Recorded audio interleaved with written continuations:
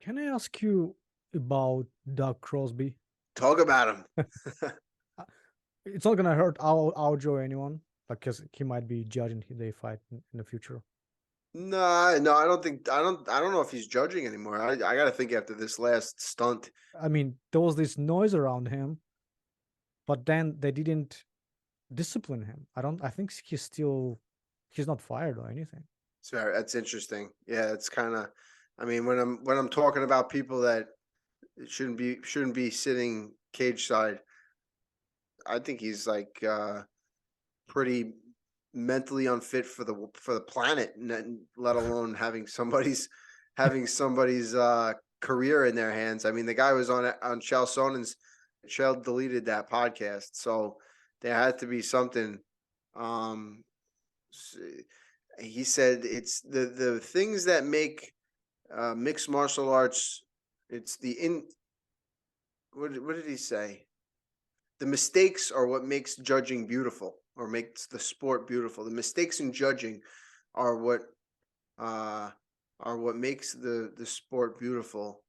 And there were only two things. Then he went on a rant. There were only two things in the world uh, that he has seen that are perfect. It was like the ping zing golf club. He was like, I've only seen two things in my life that are perfect, and nothing's perfect except for the ping zing and like Surfer Girl by the Beach Boys.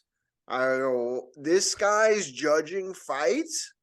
The guy thinks the Beach Boys song was, and the Beach Boys are pretty freaking good, to be honest with you. But to compare, I don't even know what sense that makes. The ping zing, the guy saying the ping zing, it was the perfect golf club because if you hit a bad shot, you couldn't blame the club. You had to blame yourself, and I was like, dude, this is whack. The fact that any athletic commission could listen to that nonsense and then put him in a spot to have a fighter's career in their hands is just like, what's going on? What did they do that Crosby knows about that he's blackmailing them? Uh, because that's the only reason. That's the only way he could get in. And I got to think Chael knows the guy's absolutely bonkers. The guy's got to know that Crosby's off his rocker. I mean, the ping zing.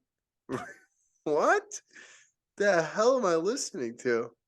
Chael told a story about, apparently it was eventually found out it was Crosby. I'm not sure if you saw it, and it's on YouTube. That he was putting his friend in the hall. It was pretty crazy story. I'm like, okay, I don't know. Same thing. I didn't understand why he's even judging after this kind of stuff surfaces. But hey, but the reason I brought it up because I know that your Ray and you guys are well first flagging him for the commission or whoever before everyone else noticed that he's a little crazy. Yeah, I mean, he judged my fight versus Masvidal.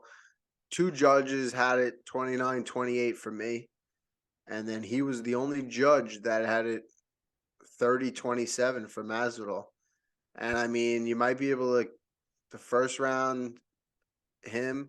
The second round could have gone to either guy, but the third round, definitely, I definitely won a round of that fight.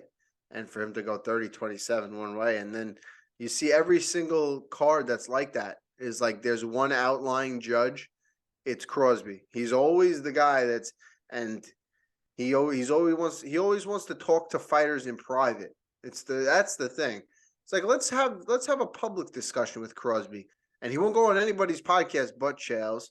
He's always saying, "Well, there's ways fighters go about, uh, you know, talking to the judges in private about the scoring, and if any fighter wants to talk to me in private, they're more than willing to. Who's going to talk to that guy in private? I don't even want to be in the same room as the guy."